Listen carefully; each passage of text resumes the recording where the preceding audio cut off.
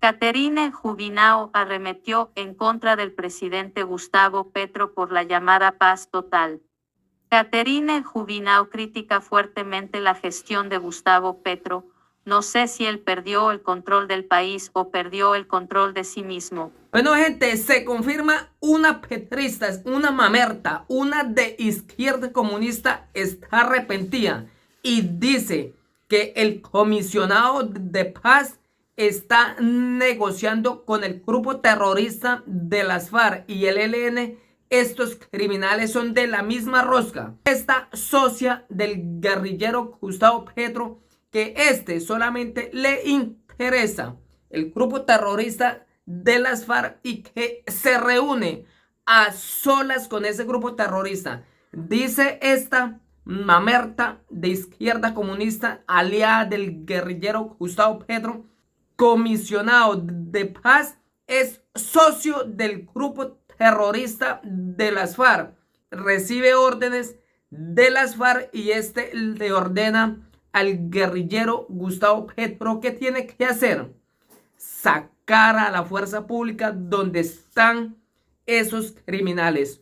Hoy una mamerta arrepentida de haber apoyado al guerrillero asesino, hoy desenmascara y dice que el guerrillero asesino está entregándole el país a los criminales. Caterine Jubinao arremetió en contra del presidente Gustavo Petro por la llamada paz total. Caterine Jubinao critica fuertemente la gestión de Gustavo Petro. No sé si él perdió el control del país o perdió el control de sí mismo. En entrevista con Semana, la representante a la Cámara del partido Alianza Verde aseguró que el gran problema de este gobierno es que plantea soluciones populistas con alto nivel de ligereza a problemas que requieren soluciones técnicas en el país. Jubinao hizo reparos a la gestión de Danilo Rueda y afirmó que si Alto Comisionado de Paz sigue en el cargo, el país verá cómo los grupos armados aumentarán su accionar criminal en todo el territorio nacional. Semana. ¿Cómo está viendo la llamada paz total y la política de seguridad del gobierno del presidente Gustavo Petro? Caterine Jubinao C.J.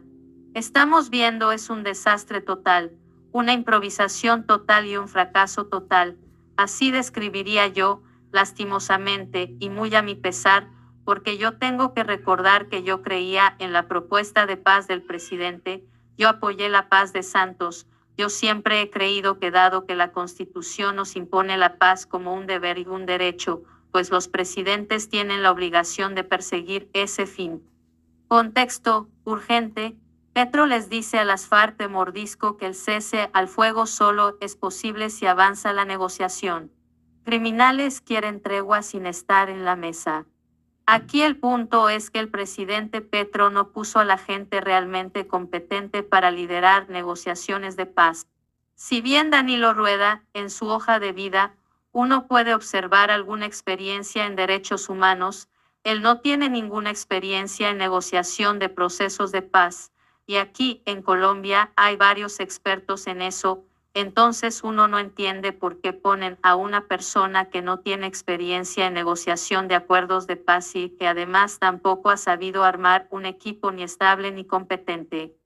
Segundo, la apuesta o la visión del presidente Petro, un poco humanista en el acercamiento a estos grupos, es una apuesta un poco por el diálogo antes que por la ofensiva militar, pero lo que ha llevado es una ceguera y a una ingenuidad que les ha hecho creer que ellos están en capacidad de negociar 5 procesos de paz paralelos con 5 grupos distintos, que además son muy diferentes entre ellos en términos de su naturaleza política. La mayoría de ellos no tienen ninguna naturaleza política, como es el caso de las autodefensas o del Estado Mayor Central, o de la Segunda Marquetalia.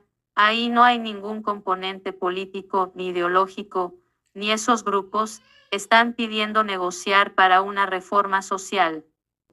Semana. ¿Qué efectos ha generado esa ingenuidad en el país? C.J. Lo que ha generado es el fortalecimiento en promedio de los grupos armados en Colombia, que es del 20% en cuanto a expansión del territorio.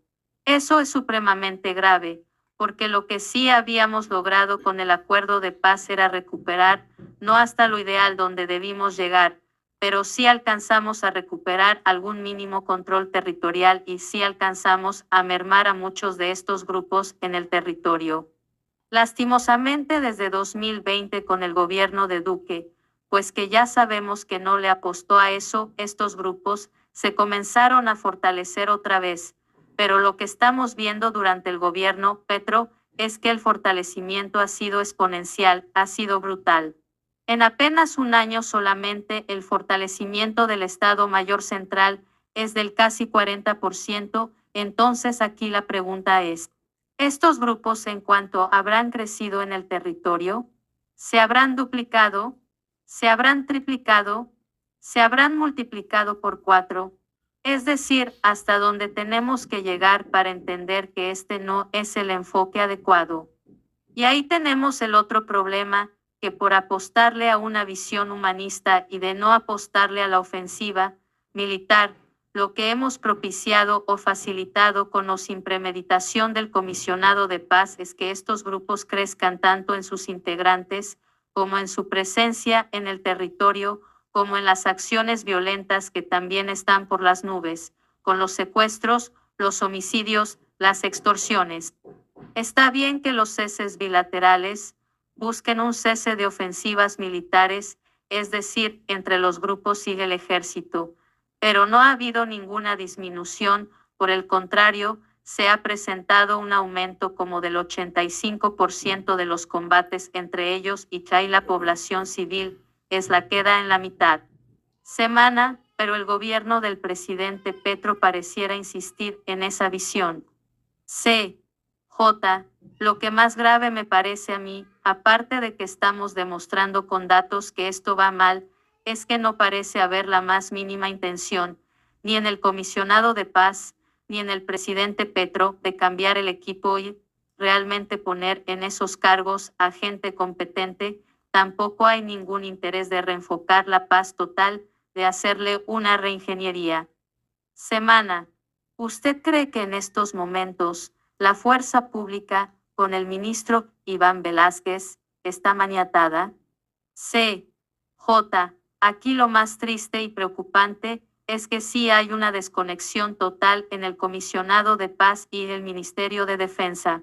Nosotros le hicimos un debate de control de político en la comisión primera al ministro de Defensa y a toda la cúpula militar, y nos explicaron cómo los militares están en una estrategia de ofensiva en muchos territorios. Por primera vez los militares están pudiendo entrar a territorios en donde llevaban casi que décadas sin poder entrar, pero resulta que cuando ya los militares están entrando y están mermando a esos grupos en esos territorios específicos, aparece Danilo Rueda de manera intempestiva, sin avisarle a nadie, diciendo que él está sentándose con el Estado Mayor Central y de parar toda la ofensiva. Eso es lo que está pasando en el cañón de Micay, con la Operación Triunfo, la cual venía desarrollándose desde hace 5 meses y los militares habían recobrado el control militar en la zona. Pero Danilo Rueda apareció un día para otro y dejó todo para atrás. Incluso el presidente Petro había dado la orden de la ofensiva militar, pero se echó para atrás. Entonces aquí la pregunta es, ¿por qué Danilo Rueda le da órdenes al presidente Petro? Entonces sí hay una descoordinación, así Danilo Rueda lo niegue, y esa descoordinación lo que está haciendo es debilitar a las fuerzas militares y al Estado colombiano en su control territorial, frente a esos grupos que son los únicos que se vienen fortaleciendo. Semana. ¿Cree usted entonces que la política de seguridad en el territorio, en zonas rurales, está en manos de Danilo Rueda y no del presidente Petro o el ministro Iván Velázquez? Pues yo no sé si decir que la política de seguridad está en manos de Danilo Rueda, pero a propósito de lo que está pasando en el cañón de Micay, uno sí puede ver cómo ambas estrategias chocan, porque viene el Ministerio de Defensa con una estrategia, pero viene Danilo Rueda con otra y es al final la del comisionado de paz la que se impone, y termina el ejército retrocediendo en la ofensiva. Semana. ¿Cómo analiza la relación de Danilo Rueda con los jefes máximos de grupos guerrilleros como Iván Márquez? C. J. Pues es muy lamentable que el país en diversas ocasiones haya visto a Danilo Rueda en lo que parece un rol de defender a estos grupos, de justificar el actuar de estos grupos y casi que de fungir de vocero de estos grupos, que del lado de los intereses del Estado colombiano. Yo no puedo imaginar qué va a pasar en el país si Danilo Rueda se queda en el cargo hasta 2026, pues fácilmente podemos estar en una situación de fortalecimiento de estos grupos que quizás ahorita ni nos cabe en la cabeza. Semana. ¿Cómo calificar entonces el trabajo de Danilo Rueda? C. J. Uno no le vea la independencia con esos grupos, no se le ve autoridad, liderazgo como negociador, uno vele nada de eso a Danilo Rueda. Semana. El presidente Petro, estando en campaña, aseguró que si él llegaba al gobierno a los 3 meses, se acababa el ELN, firmaba un acuerdo de paz. ¿Usted qué opina de esa frase y del liderazgo que ha mostrado el jefe de Estado? C. J. Ese videíto de que el ELN se acaba en 3 meses, yo creo que es absolutamente elocuente y descriptivo de lo que es este gobierno, es hacer promesas ligeras con un desconocimiento pavoroso de la complejidad de los distintos fenómenos. Así como Petro habla con ese nivel de ligereza de que en 3 meses hago la paz, ese es el nivel de ligereza de las reformas. El problema de este gobierno es reducir problemas que son tremendamente complejos a populismo, a promesas, a soluciones facilistas, a soluciones ligeras y que no dan cuenta de la técnica que se necesita en el cómo para resolver problemas. Yo siempre lo digo, difícilmente uno puede estar en desacuerdo con el presidente Petro en los queches, decir, ¿quién no quiere un mejor sistema de salud? ¿Quién no quiere la paz?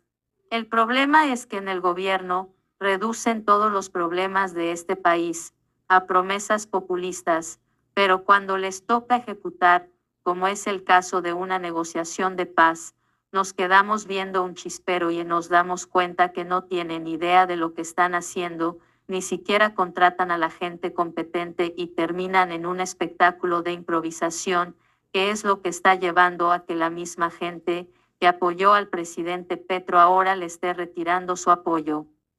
Todo esto lo que está produciendo es un descontento ciudadano y por eso es que la gente que votó por este gobierno ya está en un estado casi que de decepción y de desilusión total y de desesperanza, porque todo el mundo ha visto que el presidente Petro se preparó para hacer campaña 30 años y nunca se preparó para gobernar. Semana. ¿Siente que el presidente Gustavo Petro perdió el control del país? C.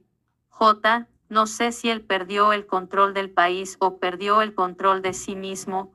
Yo no sabría cuál de las dos cosas, porque yo al comienzo en campaña y en los primeros 2 o 3 meses de este gobierno vi a un Gustavo Petro que realmente representaba una evolución frente a los Gustavo Petro del pasado, o sea, él se veía conciliador, se veía tranquilo, se veía en control de sí mismo, se veía con una disposición realmente a gobernar, entendiéndose como un gobierno de transición, no radical.